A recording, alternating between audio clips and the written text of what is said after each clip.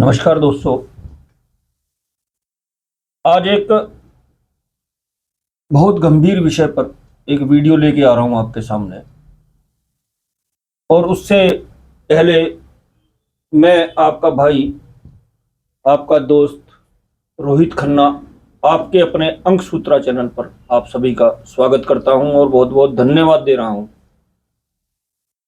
जो आप इतना प्रोत्साहन दे रहे हैं और अपनापन दिखा रहे हैं। मेरे पास इतने मैसेज हैं, इतने लोग मिलने आ रहे हैं कि उससे मुझे बहुत प्रोत्साहन मिल रहा है और मेरा मन करता है कि मैं जितना ज्ञान और जितना भी मैं रिसर्च कर करके इस पर जितना भी काम कर करके मैं सबको बांट दूं,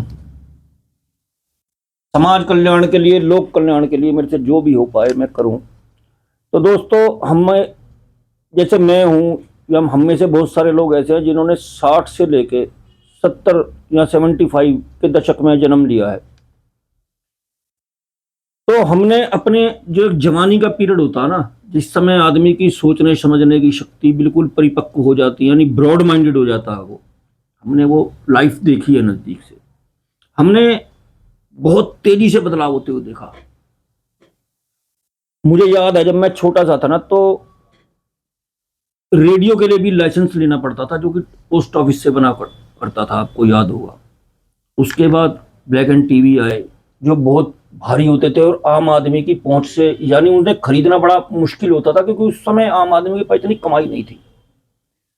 उसके बाद मुझे याद है कि 1987 जब हमारे देश में शायद एशियाड 82 था, आई थिंक 82 में जब एशियाड गेम हुए, उसके बाद पहली बार रंगीन टीवी आया, यानी कलर टेलीविजन आया।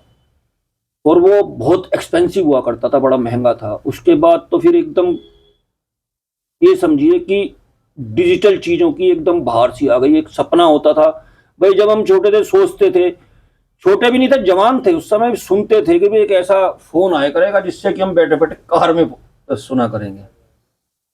तो लगता था कि यार ऐसा कैसे पॉसिबल होगा, पर वो आया। उसके बीच में हमने देखा कि सीडी प्लेयर, डीवीडी प्लेयर, पता ही नहीं क्या क्या, पेन ड्राइव। तो वो हमें एक ऐसा लगता कि ये युग बड़ी तेजी से भागा। पर अब जाके जब ये रुका, तो हमें अब ज्ञात हुआ जाके कि अब जो अब बहुत तेजी आई है जब से एआई आया ना। एआई मतलब आर्टिफिशियल इंटेलिजेंस। तो दोस्तों, हमें सबसे पहले तो अपनी नई जनरेशन को आगाह करना है या ये ज्ञान देना है कि अब ना, अब डिजिटल युग है। अब वो पुराने ठर्रे से काम नहीं चलेगा। जैसे कि बच्चों, जो यंग जनरेशन के बच्चे हैं, मेरा उनसे निवेदन है कि जैसे आपके पिता की कोई दुकान थी या उनका कोई बिजनेस था, तो हम उसको उसी तरीके से नहीं चलाएंगे, अब हमें उसे डिजिटल लेके जाना पड़ेगा। अब जैसे हमारे हाथ में मोबाइल है, तो ये मोबाइल जो है ना, ये रील देखने के लिए, चैटिंग करने के लिए नहीं है बच्चों, मेरे दोस्तों। इसे अपनी तरक्की का एक टूल बनाएं। आपके हाथ में सारी दुनिया है। पहले क्या था, जैसे आप कहीं, आपके पिताजी की या आपकी कहीं शॉप है, तो वहां एक लिमिटेड कस्टमर थे आपके पास, जिनको आप सेटिस्फाइड कर सकते थे या जिनको आप रूबरू हो सकते थे, यानी उनके, उन्हें अपने आप को आपने दिखाना है तो एक डिजिटल जरा सा जगह ही तो थी आपके पास। अब आप इसी मोबाइल से बैठकर पूरे संसार को दिखा सकते हैं अपने आप को।